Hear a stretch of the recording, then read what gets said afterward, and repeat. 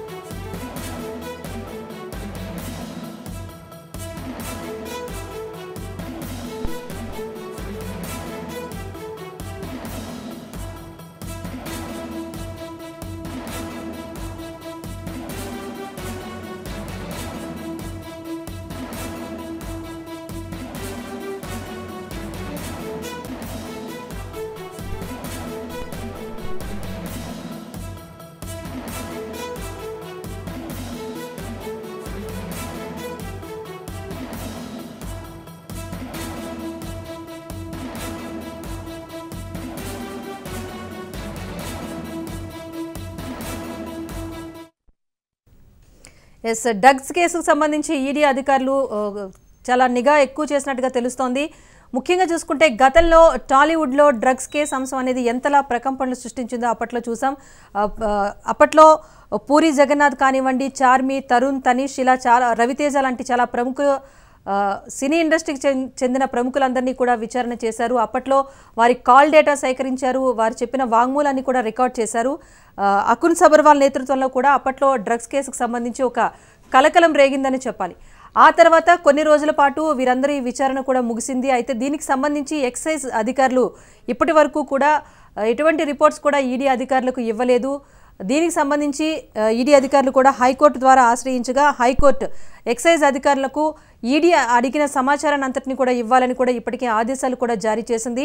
ఇటీవల డ్రగ్స్కు సంబంధించి టోనీని అదుపులోకి తీసుకున్న విషయం తెలిసిందే. ఆ సందర్భంలో కొన్ని రోజుల పాటు రిమాండ్కి తీసుకొని మరి పోలీసులు టోనీ నుంచి కీలక అంశాలకు సంబంధించి విషయాలు రాబట్టినట్టుగా తెలుస్తోంది. విచారణ సందర్భంగా అటు వ్యాపారవేత్తలు, సినీ ఇండస్ట్రీకి సంబంధించిన వారు, మరికొంతమంది ప్రముఖుల పిల్లలు కూడా ఈ డ్రగ్స్ కేసులో ఈ డ్రగ్స్ సరఫరాకు సంబంధించి ఉన్నట్టుగా కూడా విషయాలు టోనీ వెల్లడించాడు. ఆ తర్వాత కూడా ఈడీ డ్రగ్స్ కేసు సంబంధించి మరింత దర్యాప్తు ముమ్మరం చేసిన నేపథ్యంలో మళ్ళీ మరొకసారి గతంలో కలకలం రేపిన టాలీవుడ్ అంశం అనేది తెర మీదకి వచ్చింది.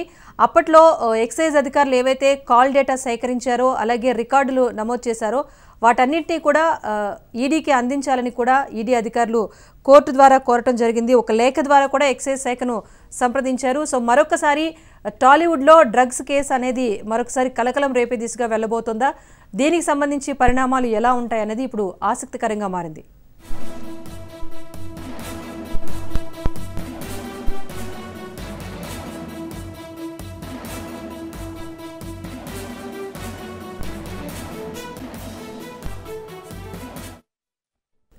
రైట్, మొత్తానికి టాలీవుడ్ మాదక ద్రవ్యాల కేసు మరోసారి తెర మీదకి వచ్చింది. డ్రగ్స్ కేసు రికార్డు ఇవ్వాలంటూ ఆబ్కారీ శాఖకు ఈడీ లేఖ కూడా రాసింది. డిజిటల్ రికార్డులు, అలాగే కాల్ డేటా వివరాలు ఎక్సైజ్ శాఖ గతంలో సేకరించింది. ఆ వివరాలన్నింటి కూడా అందించాలని ఈడీ అధికారులు కోరారు. దీంతో పాటుగా సాక్షుల వివరాలు, నిందితుల వాంగ్మూలం కూడా ఈడీ అధికారులు కోరినట్టుగా తెలుస్తోంది. ఈడీ అధికారుల సమాచారం ఇవ్వాలంటూ ఇప్పటికే ఇటీవల హైకోర్టు కూడా ఆదేశాలు జారీ చేసిన నేపథ్యంలో ఎక్సైజ్ అధికారులు పూర్తి సమాచారం ఇవ్వాలని కూడా ఈడీ లేఖ ద్వారా కూడా కోరింది. ఇదే అంశానికి సంబంధించి మరింత సమాచారాన్ని మా ప్రతినిధి ప్రణీత అందిస్తారు. ప్రణీత, చెప్పండి, మరొకసారి టాలీవుడ్లో మాదక ద్రవ్యాల కేసు అనేది తెర మీదకి వచ్చినట్టుగా తెలుస్తోంది. దీనికి సంబంధించి అప్డేట్ ఏంటి? టాలీవుడ్ డ్రగ్స్ కేసుకు సంబంధించి మరొకసారి గతంలో ఎక్సైజ్ శాఖ అధికారులు విచారించినటువంటి అన్ని డీటెయిల్స్ అయితే ఈసారి ఎలక్ట్రానిక్కి సంబంధించినటువంటి ఆధారాలను తమకు ఇవ్వాలంటే కూడా ఎక్సైజ్ అధికారులకు ఇప్పటికే ఈడీ లేఖ రాసింది. గతంలో సైతం వీళ్ళందరినీ కూడా విచారించేటువంటి సమయంలో ఎక్సైజ్ శాఖను ఈడీ కోరినటువంటి ఆధారాలు సక్రమంగా ఎక్సైజ్ శాఖ అధికారులు ఇవ్వడం లేదన్నటువంటి విషయాన్ని గతంలో ఈడీ అధికారులు కోర్టు దృష్టికి కూడా తీసుకొచ్చారు. అయితే కోర్టు కూడా ఎక్సైజ్ శాఖ అధికారుల తీరుపైన అసహనం వ్యక్తం చేసింది.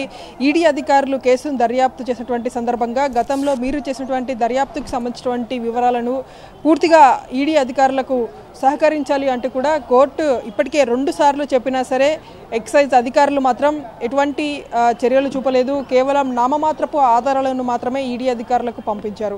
సో ఈడీ అధికారులు ఇప్పుడు తాజాగా మరొక లెటర్ని ఎక్సైజ్ శాఖ అధికారులకు రాశారు.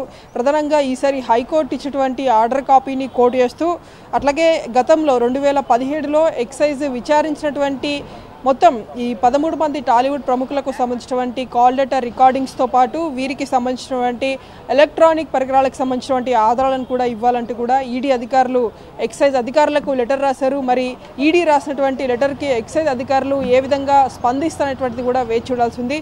ఇప్పటికే ఎక్సైజ్ అధికారుల తీరును పలుమార్లు హైకోర్టు కూడా తప్పుపడుతూ వస్తుంది. ఎందుకంటే గతంలో విచారణ చేసేటువంటి సందర్భంలో అటు టాలీవుడ్ ప్రముఖులందరికీ కూడా సంబంధించి గతంలో విచారణ చేసేటువంటి సమయంలోనూ మొత్తం కేవలం రికార్డ్స్ అంటే వాళ్ళపై నమోదు చేసేటువంటి ఎఫ్ఐఆర్ కాపీలు వాళ్ళ దగ్గర నుండి తీసుకున్నటువంటి శాంపుల్స్కి సంబంధించినటువంటి ఎఫ్ఎస్ఎల్ రిపోర్ట్స్ మాత్రమే ఈడీ అధికారులకు ఇచ్చారు తప్ప గతంలో తాము విచారించినటువంటి సందర్భంలో వీళ్ళందరికీ సంబంధించినటువంటి కాల్ లెటర్ రికార్డింగ్స్ను సైతం ఎక్సైజ్ అధికారులు తీసుకున్నారు. దీంతోపాటు వారికి సంబంధించి సెల్ ఫోన్లో ఉన్నటువంటి కాన్వర్జేషన్కి సంబంధించినటువంటి డేటా అంతా కూడా వారి దగ్గర ఉంది. కానీ దాన్ని మాత్రం ఎందుకు తమకు ఇవ్వడం లేదన్నటువంటి విషయాన్ని ఈడీ అధికారులు కోర్టు దృష్టికి తీసుకొచ్చారు. కాబట్టి ఈసారి దాదాపు ఇప్పటికే 2 times హైకోర్టు అక్షింతలు పడిన తర్వాత కూడా ఎక్సైజ్ అధికారులు ఈసారి ఈడీ అధికారులకు సహకరిస్తారా లేదా అనేటువంటిది కూడా వేచి చూడాల్సి ఉంది. ఈరోజు ఎక్సైజ్ అధికారులకు ఈడీ రాసినటువంటి లెటర్ పైన ఎక్సైజ్ అధికారులు ఏ విధంగా స్పందిస్తారు దీన్ని కూడా చూసి చూడనట్టుగా ఉండి కేవలం వారి దగ్గర ఉన్నటువంటి నామమాత్రపు ఆధారాలనే ఇస్తారా లేకంటే వాళ్ళ దగ్గర ఉన్నటువంటి పూర్తి ఎవిడెన్స్ అంతా కూడా ఈడీ అధికారులకు ఇస్తారా అనేటువంటిది కూడా వేచి చూడాల్సి ఉంది. రాజేశ్వరి, ఒకవేళ ఎక్సైజ్ శాఖ నుంచి నిజంగానే ఈడీకి చేరితే కనుక సద్దుమణిగింది అనుకున్న వ్యవహారం మళ్ళీ టాలీవుడ్లో ప్రకంపనలు రేపే దిశగా మళ్ళీ మాదక ద్రవ్యాల కేసు తెర మీదకి రాబోతుందంటారా? మళ్ళీ ఒక కలకలం జరగబోతోందా ఈ కేసు సంబంధించి? ఖచ్చితంగా. ఎందుకంటే మనం లేటెస్ట్గా చూసినటువంటి టోనీ కేసే ఇందుకు ఉదాహరణగా కూడా చెప్పొచ్చు. టోనీ కేసులో కేవలం టోనీ ఒక్కడే డ్రగ్ సప్లయర్, మిగిలినటువంటి అరెస్ట్ అయినటువంటి వ్యక్తులందరూ కూడా కన్జ్యూమర్స్ అంటే వ్యాపారవేత్తలు. దాదాపు 13 మందిని అరెస్ట్ చేశారు. ఈ 13 మంది కూడా కేవలం వీళ్ళు డ్రగ్స్ని కన్జ్యూమ్ చేసుకున్నటువంటి వాళ్ళు.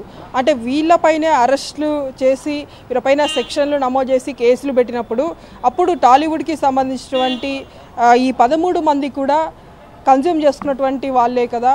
నిజంగానే ఒకవేళ వాళ్ళు కన్జ్యూమ్ చేసుకున్నారా లేదన్నటువంటి విషయం ఎఫ్ఎస్ఎల్ రిపోర్ట్లో రావాల్సి ఉంది. ఇప్పటి వరకు కేవలం శాంపుల్స్ ఇచ్చినటువంటి 2 రిపోర్ట్లో మాత్రమే వచ్చింది. 2 రిపోర్ట్లు కూడా వాళ్ళు తీసుకోలేదు అనేటువంటిదే వచ్చింది. కానీ రిమైనింగ్ మెంబర్స్ అందరూ కూడా వాళ్ళెవరు అప్పుడు 2017లో ఎక్సైజ్ అధికారులకు వాళ్ళ నమూనాలను ఇవ్వలేదు. తాజాగా ఈడీ విచారణలో అటువంటి దాఖలు కూడా ఏది చోటు చేసుకోలేదు.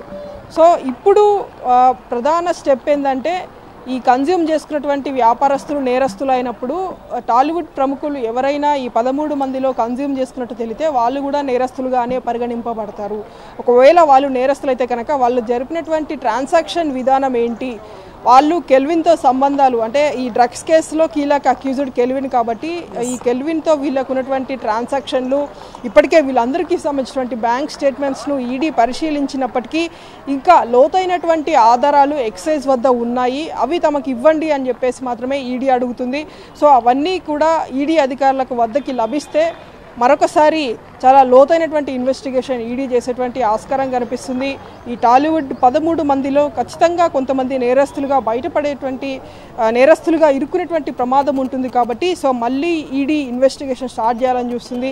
ఇప్పటికే అంటే గత సెప్టెంబర్ 2021లో మొత్తం టాలీవుడ్కి సంబంధించినటువంటి వాళ్ళందరినీ కూడా ఈడీ అధికారులు తమ విచారణకు పిలిపించి వాళ్ళ బ్యాంక్ స్టేట్మెంట్స్ అన్నింటినీ కూడా పరిశీలించారు. వాళ్ళకి సంబంధించి ట్రాన్సాక్షన్స్ అన్నింటినీ కూడా వెరిఫై చేశారు. కానీ దాని తర్వాత ఎటువంటి డెవలప్మెంట్ ఈడీ నుండి కానీ లేదు, అటు ఎక్సైజ్ నుండి కానీ లేదు. సో తాజాగా హైకోర్టు ఇచ్చినటువంటి డైరెక్షన్స్కి అనుగుణంగా ఈరోజు ఈడీ అధికారులకు మళ్ళీ ఎక్సైజ్ వారికి లెటర్ రాశారు. కాబట్టి ఈసారి ఈడీ ఇన్వెస్టిగేషన్ మరింత లోతుగా ఉండబోతుంది అనేటువంటిది చాలా క్లియర్గా అర్థమవుతుంది.